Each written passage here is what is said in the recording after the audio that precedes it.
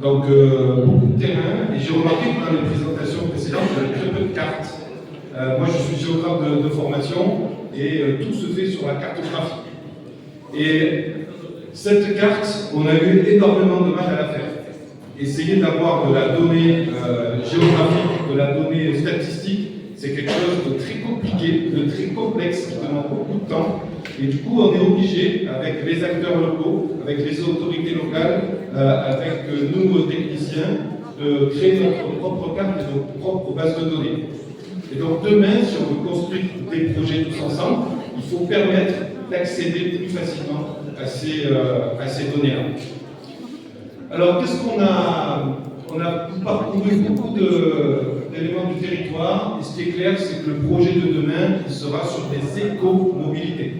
Donc, en termes d'éco-mobilité, on va privilégier la randonnée pédestre.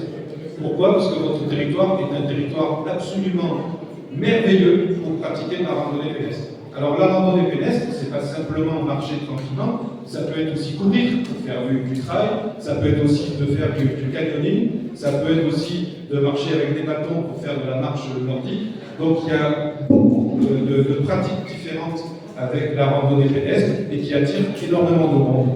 Et nous, on veut s'adresser à tout le monde, qu'on soit en pleine forme physique ou qu'on soit âgé. La montagne, d'abord, elle doit être accessible à tout le monde.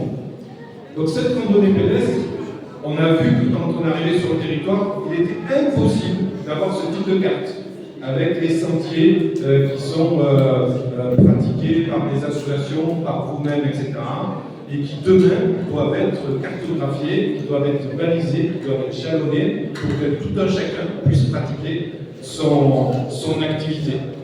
Et notre ambition,